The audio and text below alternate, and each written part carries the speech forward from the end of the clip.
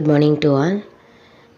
இன்றைக்கி நம்ம ஜெனட்டிக்ஸில் 18th unit ஜெனட்டிக்ஸில் அடுத்த டாபிக் பார்க்க போகிறோம். Chromosomes, DNA and jeans.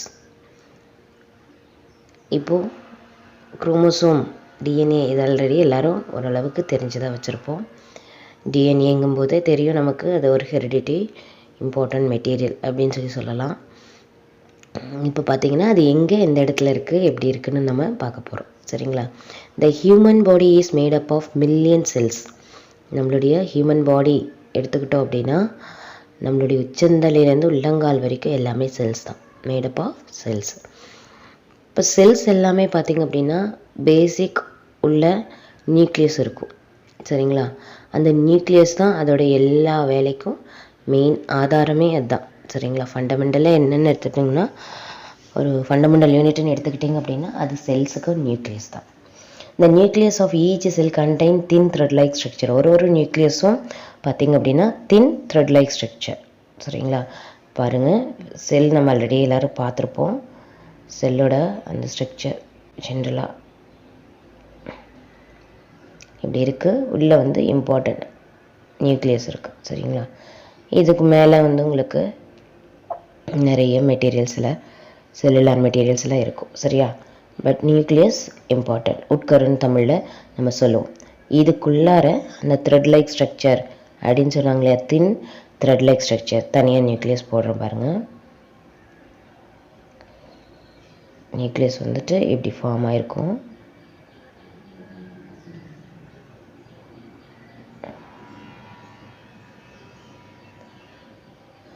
நடுவில் த்ரெட் லைக் ஸ்ட்ரக்சர் இப்படி இருக்கும்.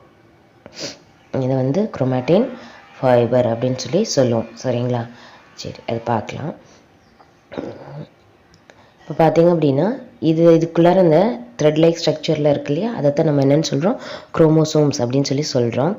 இந்த டேர்ம் குரோமோசோம்ஸ் அப்படின்னு யார் சொன்னாங்க அப்படின்னு பார்த்தீங்கன்னா வால்டேர் இன் 1888 சொல்லியிருக்கார். The term chromosomes was first coined by Waldeyer in 1888. The chromosomes are the carrier of genetic material which contain the heredity information. Chromosomes வந்து carrier of genetic material. Genetic மெட்டீரியல்னால் ஒன்றும் இல்லை, டிஎன்ஏவை தான் ஜெனட்டிக் மெட்டீரியல் நம்ம சொல்லுவோம். இது எதில் இருக்குது அப்படின்னா இந்த குரோமோசோமில் இருக்குது. இது என்ன பண்ணுது டிஎன்ஏ அப்படின்னு பார்த்தீங்கன்னா, ஹெரிடிட்டி இன்ஃபர்மேஷன் கேரி பண்ணிட்டு போகும். அதாவது இந்த ஜென்ரேஷன்லேருந்து அடுத்த ஜென்ரேஷனுக்கு அது என்ன பண்ணும், அவங்களோட கேரக்டர் வைஸ் இல்லை ஸ்ட்ரக்சர் இல்லை ஹேர் ஸ்டைல், இது மாதிரி எது வேணாலும். இப்போ ஃபார் எக்ஸாம்பிள் தாத்தாவுக்கு சுருட்ட முடி இருக்குது அப்படின்னா பேரனுக்கு சுருட்ட முடி வருது அப்படின்னு சொல்கிறோம் இல்லையா. இவங்க தாத்தாவுக்கு அப்படியே தான் இருந்துச்சு, அதான் இவனுக்கு இந்த மாதிரி சுருட்ட முடி வருது அப்படிலாம் சொல்கிறோம். அதெல்லாம் என்ன அப்படின்னா, அந்த ஜீன் வந்து அந்த டிஎன்ஏ மெட்டீரியல் என்ன பண்ணுது அப்படின்னா, அந்த சுருட்ட முடிக்கான அந்த கேரக்டரை வந்து அது கேரி பண்ணி அடுத்த ஜென்ரேஷனுக்கு அது கொண்டு போகும். ஸோ இதை வந்து நம்ம என்னென்னு சொல்கிறோம், carry genetic material which contain the heredity information, carrier of genetic material which contain the heredity information அப்படின்னு சொல்கிறோம். சரிங்களா? அதுதான் நம்ம டிஎன்ஏன்னு சொல்கிறோம். பாருங்கள், the chromosomes are highly condensed coiled chromatin fibers packed with the DNA. என்ன சொல்லியிருக்காங்க, இந்த குரோமோசோம் வந்து ஹைலி கண்டென்ஸ்டு காயில்டு அதாவது அது குரோமாட்டின் ஃபைபர்னு சொன்னோம் இல்லையா, உள்ள இந்த பாருங்கள் உள்ளே அந்த காயில் தான் நம்ம போட்டு காமிச்சில்ல த்ரெட் லைக் ஸ்ட்ரக்சர்னு, அந்த மாதிரி நல்லா கண்டென்ஸ்டு திக்காக நல்லா பஞ்சாக இருக்கும். ஒரு நூல் கண்டு நம்ம சிக்கு போட்டுச்சு அப்படின்னா இப்படி பஞ்சாக இருக்கும் இல்லையா, அந்த மாதிரி ஃபைபர், அந்த குரோமாட்டின் ஃபைபர் பேக் ஆகிருக்கும். இருக்கும். அதுக்குள்ளார வந்து பார்த்திங்க அப்படின்னா டிஎன்ஏ மெட்டீரியல் பேக் ஆகிருக்கும், உள்ளே இருக்கும். சரிங்களா? அந்த த்ரெட் லைக்காக இருக்கும், அதுக்குள்ளார டிஎன்ஏ மெட்டீரியல் இருக்குது. டிஎன்ஏவோட அப்ரிவேஷன் பார்த்திங்கன்னா deoxyribo nucleic acid that forms the genetic material. அப்போ இது என்ன, இதை தான் நம்ம ஜெனட்டிக் மெட்டீரியல்னு சொல்கிறோம். Genes are segments of DNA which are responsible for the inheritance of a particular phenotypic character. என்னென்னா இந்த ஜீன்ஸ் வந்து அந்த டிஎன்ஏ கேரி பண்ணி போகுது, கேரக்டர் கேரி பண்ணி கேரி பண்ணிட்டு போகுதுன்னு சொல்கிறோம் இல்லையா, அது என்ன பண்ணுது, இன்ஹெரிட் பண்ணுது அப்படின்னு பார்த்தீங்கன்னா phenotypic character, outer part structure character இருக்கு இல்லையா, அதையெல்லாம் கேரி பண்ணிட்டு போகும். சரிங்களா.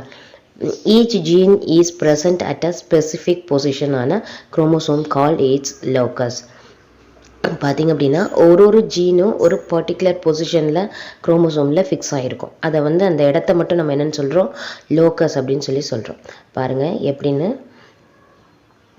இப்போது இந்த நியூக்ளியஸ்குள்ளார இப்படி த்ரெட் லைக் ஸ்ட்ரக்சர் இப்படி கலைஞ்சி இருக்கும்னு சொன்னோம். இந்த த்ரெட் லைக் வந்து இப்படியே இருக்காது, செல் டிவிஷன் நடக்கும் இல்லையா, அப்போ எப்படி மாறும் பார்த்தீங்கன்னா குரோமோசோமு இந்த மாதிரி ஒரு ஸ்ட்ரக்சரில் மாறும். சரிங்களா, இப்படி ஒரு ஸ்ட்ரக்சரில் மாறும். சரியா, அப்போது இப்படி மாறக்கூடிய இந்த பொசிஷனில் அந்த ஜெனட்டிக் மெட்டீரியல் இருக்கு இல்லையா, ஜீன், அந்த ஜீன் வந்து எந்த பொசிஷனில், ஃபார் எக்ஸாம்பிள் இப்போ இந்த பொசிஷனில் அந்த ஜீன் வந்து இருக்குது, இப்படி இருக்குது அப்படின்னா அதோட அந்த பேராக இருக்கக்கூடிய சிஸ்டர் குரோமாடைட்லேயும் உங்களுக்கு பார்த்தீங்க அப்படின்னா ரெண்டுத்துலேயும் இதே பொசிஷனில் தான் இருக்கும், வேறு பொசிஷன் மாறாது. சரிங்களா, வேறு எங்கே இப்போ பார்த்தீங்க அப்படின்னா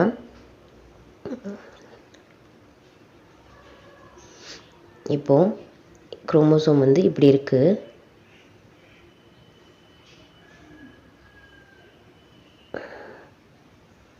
பிக்சர் கொஞ்சம் அட்ஜஸ்ட் பண்ணிக்கோங்க. இப்போ பார்த்தீங்க அப்படின்னா இதில் அந்த ஜீன் மெட்டீரியல் ஜீன் இருக்கு இல்லையா, அது வந்து இந்த இடத்துல ஃபிக்ஸ் ஆயிடுச்சு, பக்கத்தில் இருக்கக்கூடிய இந்த குரோமோசோம்லேயும் இப்படி ஃபிக்ஸ் ஆகிருக்கு. ஓகேவா, இப்போ இது ரெண்டும் பார்த்தீங்க அப்படின்னா இதே இடத்துல தான் இருக்கும். இது வந்து இங்கே, இது இங்கே, அப்படி இடம் மாதிரி போகாது. சரிங்களா, இதுக்கு நேராக இது இங்கே இருக்குன்னா அதுக்கு நேராக அங்கேயே தான் இருக்கும்.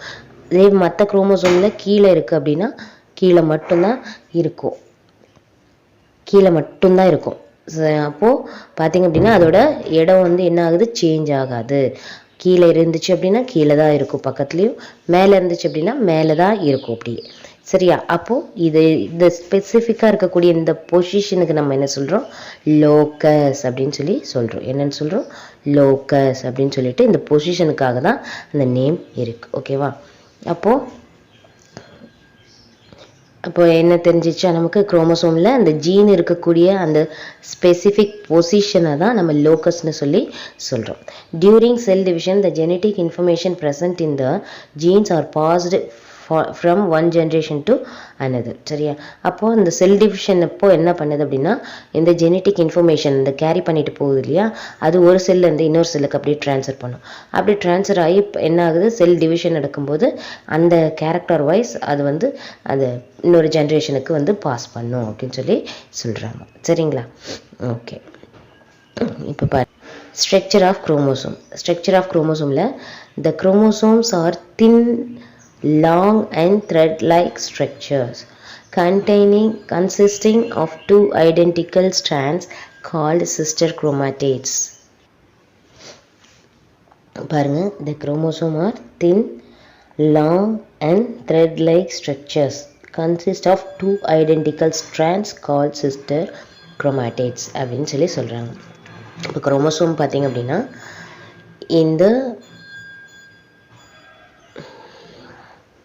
ரெண்டு பிக்சர் இருக்குது பாருங்கள். பார்த்தீங்க அப்படின்னா த குரோமோசோம் நம்ம ஆல்ரெடி பார்த்துட்டோம், நியூக்ளியஸ்குள்ளே த்ரெட் லைக் ஸ்ட்ரக்சர் இப்படி இருக்கணும். இதோட ஜூம் பார்ட்டு தான் இப்போ நம்ம பார்க்குறோம். அதுவும் செல் டிவிஷன் போது எப்படி இருக்கும் அப்படிங்கிற பார்ட்டு தான் இது. இதில் பார்த்தீங்க அப்படின்னா long thread like structure consisted two identical, ரெண்டு விதமான ஐடென்டிக்கல். சரியா, இந்த டூ ஐடென்டிக்கல் ஸ்ட்ராண்ட்ஸ் இதை என்ன சொல்கிறோம் அப்படின்னா இந்த ஐடென்டிக்கல் ஸ்ட்ராண்ட்ஸை சிஸ்டர் குரோமாட்டிடுங்கிறது ஒரு குரோமோசோம், இந்த ஒரு குரோமோசோம் இருக்குது அப்படின்னா இது பேர் வந்து குரோமாட்டிட்னு சொல்கிறோம். சரியா, இதில் ரெண்டு விதமாக இருக்குது, அதனால் இது ரெண்டையும் என்ன சொல்கிறோம், சிஸ்டர் குரோமாட்டிட். ரெண்டு பேரும் ஒட்டி இருக்காங்க இல்லையா, ஸோ சிஸ்டர் குரோமாட்டிட் அப்படின்னு சொல்கிறோம். சரிங்களா, இது என்னன்னு சொல்கிறோம், சிஸ்டர் குரோமாட்டிட்ஸ் அப்படின்னு சொல்கிறோம். அடுத்தது பார்த்தீங்கன்னா they are held together by the centromere. இது எப்படி போயிட்டு ஃபிக்ஸ் ஆகிருக்கு அப்படின்னு பார்த்தீங்கன்னா இந்த ரெண்டு குரோமாட்டிட்ஸும் சென்ட்ரோமியர்னு ஒரு நடுவில் இப்படி ஒரு ரவுண்ட் பார்ட் இருக்கு இல்லையா, இதுதான் சென்ட்ரோமியர். இந்த சென்ட்ரோமியரில் போயிட்டு இது ஃபிக்ஸ் ஆகிருக்கு இப்படி. சரியா, நம்ம ஏற்கனவே வரைஞ்சி காட்டியிருக்கோம் இப்படி இருக்கும்னு சொல்லி. சரியா, அந்த நடுவில் ரவுண்டாக இருக்குல்ல, இதுதான் சென்ட்ரோமியர். இதில் தான் போயிட்டு குரோமோசோம் பிளேஸ் ஆகிருக்கும். சரியா, ஓகே. அடுத்தது பாருங்கள். Each chromatid is made up of spirally coiled thin structure called chromonema. இப்போ என்ன பாருங்கள், பக்கத்தில் நம்ம ஒரு அந்த குரோமோசோம்குள்ளார என்ன இருக்குங்கிறத இந்த ஸ்ட்ரக்சரில் நம்ம பார்க்கலாம். இந்த குரோமோசோமில் பார்த்திங்க அப்படின்னா உள்ள ஒவ்வொரு, இப்போ இந்த 2 இருக்குது அப்படின்னா இந்த 2க்குள்ளாரையுமே இந்த மாதிரி ஸ்ட்ரக்சர் இருக்கும். ஒரு குரோமோசோம்குள்ளாரையும் இந்த ஸ்ட்ரக்சர் இருக்கும், ஈச் குரோமோசோம்ஸ். சரியா, அதில் என்ன இருக்குது, காயில்டு. பாருங்கள், காயில்டுனா எல்லாம் வளைஞ்சு ஒன்று பின்னி பிணைஞ்சிருக்கு இல்லையா. இந்த காயில்டு ஸ்ட்ரக்சரில் உள்ளே இருக்கக்கூடிய அந்த காயில்டு ஸ்ட்ரக்சர் பேர் என்னென்னா குரோமோனீமா. சரிங்களா, என்னது, குரோமோனீமா அப்படின்னு சொல்லி இதை பாருங்கள், குரோமோனீமா, குரோமோனிமெட்டா அப்படின்னு சொல்லலாம். சரியா, சரி. இந்த chromonema has number of bead like structure. இதோட அந்த ஜூமில் பார்த்தீங்க அப்படின்னா என்ன இருக்கும், இந்த மாதிரி பாருங்கள், இந்த ரெட் கலர் டாட் வைக்கிறேன் இல்லையா, அந்த மாதிரி number of bead like structure அதில் இருக்கும். மணி மாதிரி இந்த ரெட் கலரில் இருக்கு இல்லையா, அதெல்லாம் மணி மாதிரி. அப்போது இது எல்லாமே என்ன அப்படின்னா கண்டிப்பாக இது வந்து எல்லா குரோமோசோம்லேயும் இருக்கும். இந்த ரெட் கலரில் வச்சுருக்கேன் இல்லையா, தெரியுதா,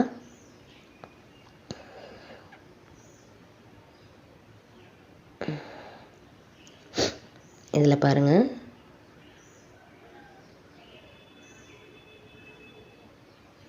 இந்த இடத்துல இப்படி ஒவ்வொன்றிலையும் ஒரு சிகப்பு, நான் உங்களுக்கு தெரியறதுக்காக சிகப்பு கலரில் காட்டுறேன்.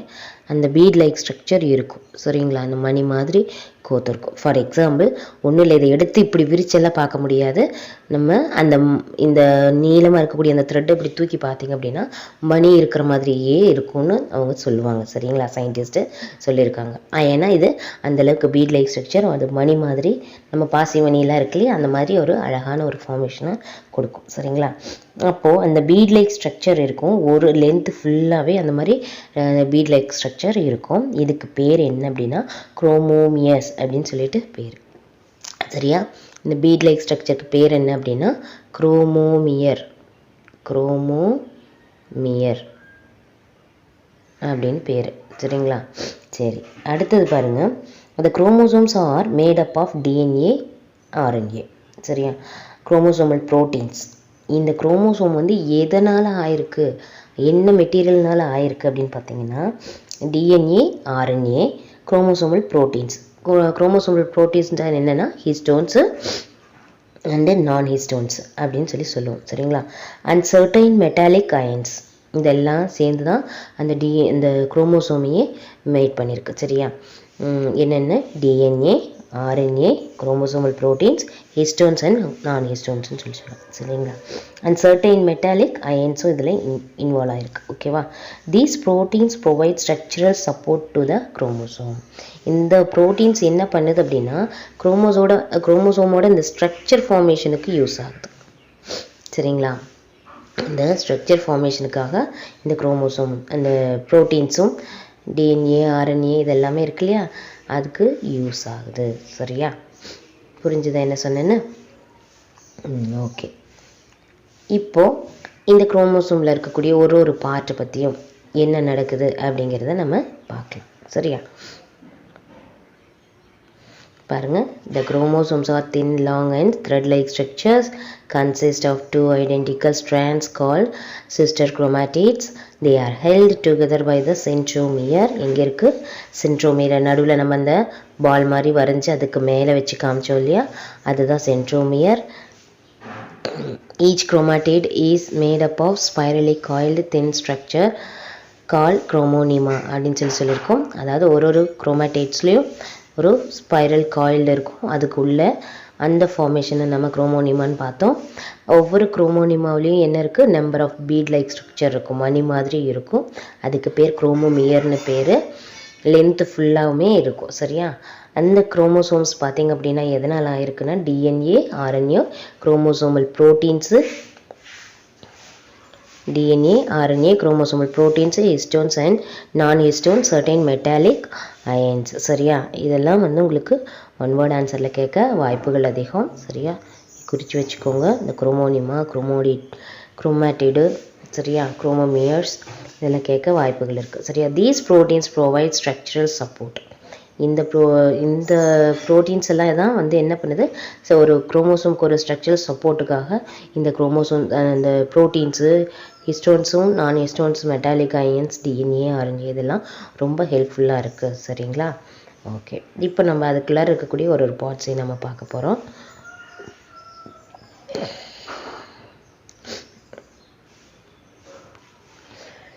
பாருங்கள், primary construction. The chromosome consists following regions. பாருங்கள், primary constriction அதில் இருக்கக்கூடிய ஒரு பார்ட். சரியா? The two arms of a chromosome meet a point called primary constriction or centromere. சரிங்களா? இந்த பிரைமரி கன்ஸ்ட்ரக்ஷனை நம்ம என்னன்னு சொல்கிறோம், சென்ட்ரோமியர்னு சொல்கிறோம். சரியா? சென்ட்ரோமியர் உங்களுக்கு ஆல்ரெடி தெரியும், 2 சிஸ்டர் குரோமாட்டிடோ பிளேஸ் ஆகிருக்கக்கூடிய இடம் தான் சென்ட்ரோமியர்னு நம்ம பார்த்தோம். சரியா? Okay, the centromere is the region where spindle fibers attached to the chromosome during cell division. சரியா?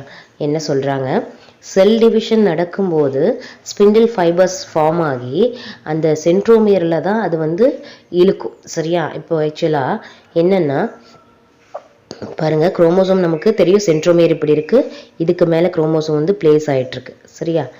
இப்படி இருக்கும். இப்போ வந்து செல் டிவிஷன் நடக்கும்போது இந்த ஸ்பிண்டில் ஃபைபர்னு சொல்லுவோம். சரியா? இது வந்து ஒரு ஒரு ரேஸ் மாதிரி ஃபார்ம் ஆகும். சரிங்களா? இந்த ஃபைபர் இது பார்த்தீங்க அப்படின்னா திடீர்னு ஒரு ஃபைபர்லேருந்து ஒரு கன்ட்ராக்ஷன் வரும். சரியா? இது என்ன பண்ணும், இது எல்லாமே எதில் போய் காண்டாக்ட் ஆகும் அப்படின்னு பார்த்தீங்கன்னா இந்த சென்ட்ரோமியரோட போய் காண்டாக்ட் ஆகும். இந்த சென்ட்ரோமியர்லேருந்து இது நடக்கும். ஏன்னா அப்போ தான் செல் டிவிஷன், அப்போ இது ரெண்டையும் தனியாக பிரிக்கணும். எப்பயுமே இது 2 குரோமாடைட்ஸ் இருக்குன்னா அந்த தனித்தனியாக ஒரு குரோமாடைட் பிரிஞ்சு தான் செல் டிவிஷன் நடக்கும். சரிங்களா? அப்போது இந்த ஸ்டேஜில் வந்துட்டு என்ன நடக்குது, இந்த ஸ்பிண்டில் ஃபைபருங்கிறது இந்த நடுவில் இருக்கக்கூடிய சென்ட்ரோமியரோட காண்டாக்ட் வச்சு இந்த சென்ட்ரோமியர் என்ன பண்ணும், 2ஆக ஸ்ப்ளிட் பண்ண வைக்கும். சென்ட்ரோமியரில் தானே பிளேஸ் ஆகிருக்கு குரோமாடைடு. ஸோ இதை சென்ட்ரோமியரில் அந்த ஒரு ஃபஸ்ட்டு வந்துட்டு போயிட்டு அந்த ஃபைபரோட அந்த ரேஸ் அப்படியே ஃபுல்லாக பட்டு ஒரு கன்ட்ராக்ஷன் ஏற்படும், சுருக்கம் அப்படின்னு சொல்லுவோம். அந்த சுருங்கும் போது என்ன ஆகும், இது 2ஆக அப்படியே ஸ்ப்ளிட் ஆகிடும். ஸ்ப்ளிட் ஆகி இந்த குரோமாட்டிட் தனியாக, இந்த குரோமோசோம் தனியாக, அது தனியாக பிரிஞ்சிடும். சரியா? அதை செல் டிவிஷன் சொல்கிறோம். அந்த செல் டிவிஷன் அப்போ அந்த ஸ்பிண்டில் ஃபைபர் வந்து சென்ட்ரோமியரை போய் ஜாயிண்ட் ஆகி அதன் மூலிமா பிரிக்குது இல்லையா, அதுக்கு இந்த சென்ட்ரோமியர் ரொம்ப இம்பார்ட்டண்ட். ஓகேவா? இந்த பிரைமரி கன்ஸ்ட்ரக்ஷனில் தான் இந்த செல் டிவிஷன் அப்போது நடக்கும். செல் டிவிஷனே பிரைமரி கன்ஸ்ட்ரக்ஷன் மூலிமா தான் நடக்கும். சரிங்களா? அதுக்கு தான் இது சொல்லியிருக்காங்க. இப்போது இந்த பிரைமரி கன்ஸ்ட்ரக்ஷன் எந்த இடத்துல இருக்குன்னு நம்ம இப்போ பார்க்கலாம். பாருங்கள், இதுதான் பிரைமரி கன்ஸ்ட்ரக்ஷன். சரியா? இந்த பார்ட்டு தான் பிரைமரி கன்ஸ்ட்ரக்ஷன். ஓகே, இப்போ இந்த பார்ட்டில் பார்த்தீங்க அப்படின்னா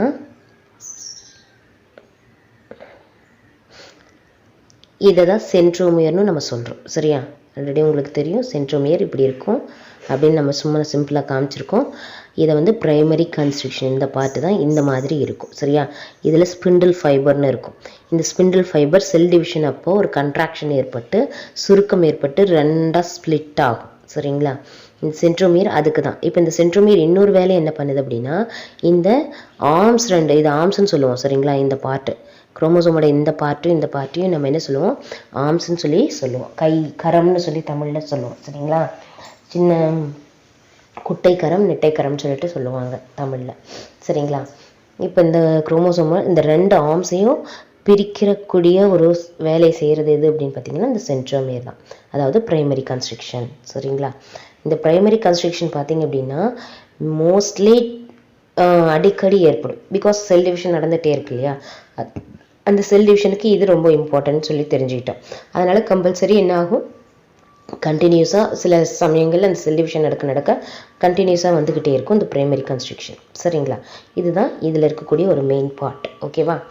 சரி, இப்போ என்ன நடக்குதுன்ட்டு பார்க்கலாம் அடுத்த பார்ட்டில். சரியா? அடுத்தது secondary constriction. Some chromosomes possess secondary constriction at any point of the chromosome. குரோமோசோமில் பார்த்திங்க அப்படின்னா இந்த செகண்டரி கன்ஸ்ட்ரக்ஷனுங்கிறது அட் எனி பாயிண்ட், எங்கேயாவது ஒரு பாயிண்டில் வந்துட்டு இந்த செகண்டரி கன்ஸ்ட்ரக்ஷன் வரும். They are known as the nucleosome or nucleolar organizer. Formation of nucleolus in the nucleus. Nucleolus form ஆகிறதுக்காக தான் இந்த செகண்டரி கன்ஸ்ட்ரக்ஷன் யூஸ் ஆகுது. ஓகேங்களா? அதில் இந்த நியூக்ளியோலர் ஆர்கனைசர், இந்த ஃபஸ்ட்டு நியூக்ளியஸில் பார்த்திங்கன்னா நியூக்ளியோலஸ் ரொம்ப இம்பார்ட்டன்ட். அந்த நியூக்ளியோலஸ் வந்து ஒன்றும் இல்லை, உட்கரு மெட்டீரியல் தான், உட்கருவில் இருக்கக்கூடிய ஒரு பொருள் அப்படின்னு சொல்லுவோம். சரிங்களா?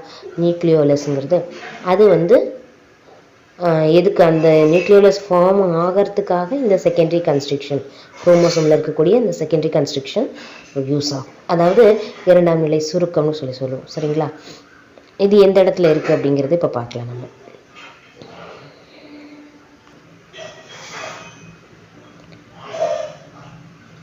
பாருங்க, இது செகண்டரி கன்ஸ்ட்ரக்ஷன் தெரியுதா?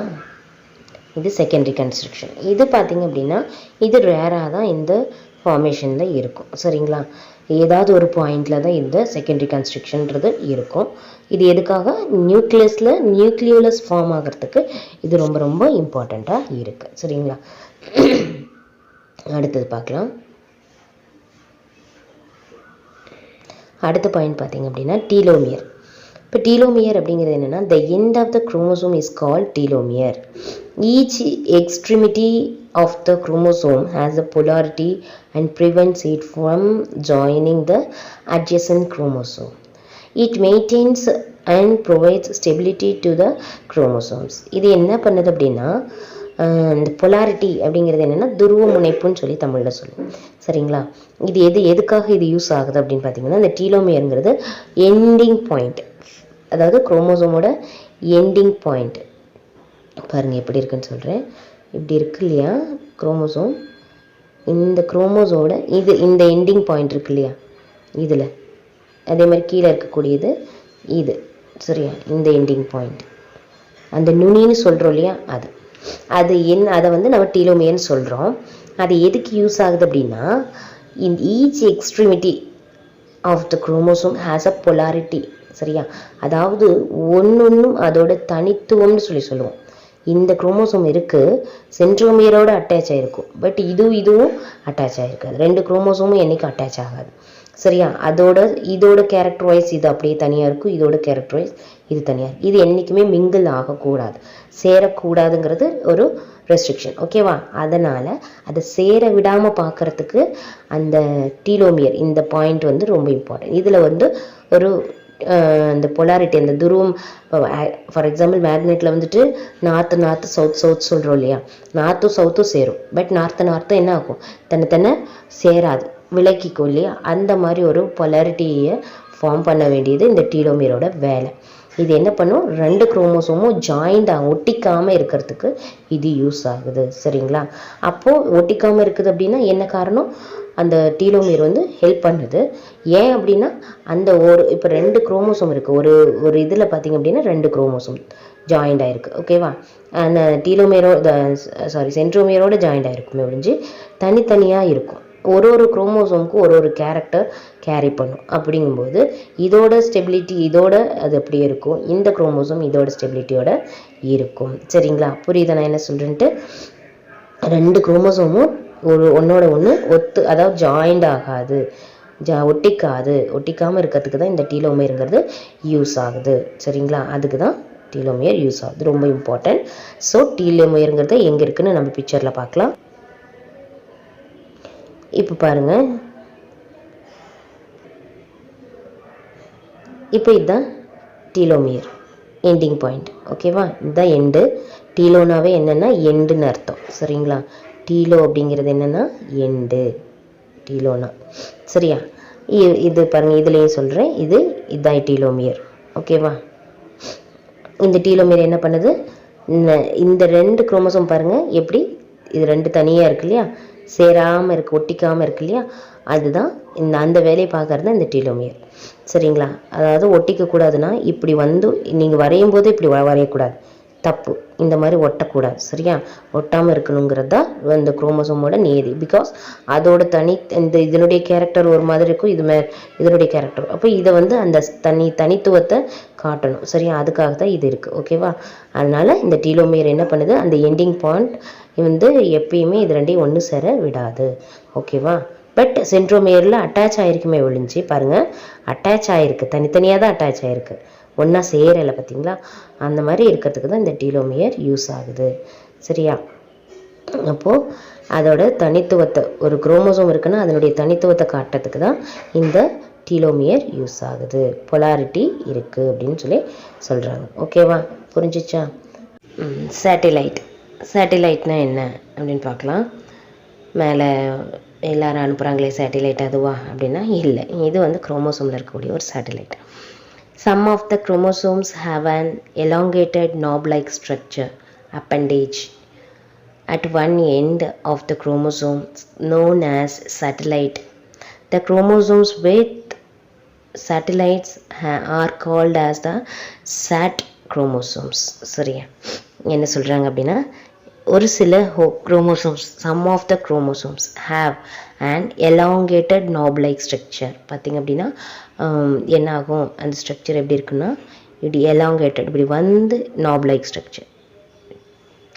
சரியா? இந்த நாபை இது நம்ம நிறைய இதில் பார்த்திங்க, இப்போ இந்த ரெகுலேட்டரே பார்த்திங்க, ஃபேனோட ரெகுலேட்டர் பார்த்திங்கன்னா அந்த நாப் இருக்கும் இல்லையா, அந்த மாதிரி ஒரு knob-like ஸ்ட்ரக்சர் வரும். சரியா? அதுக்கு பேர் தான் சேட்டலைட்டுன்னு பேர். ஓகே? ஒன் எண்ட், ஒரு எண்டில். சரியா? அதாவது சில குரோமோசோம்ஸில் ஒரு எண்டில் இந்த knob-like ஸ்ட்ரக்சர் வரும்.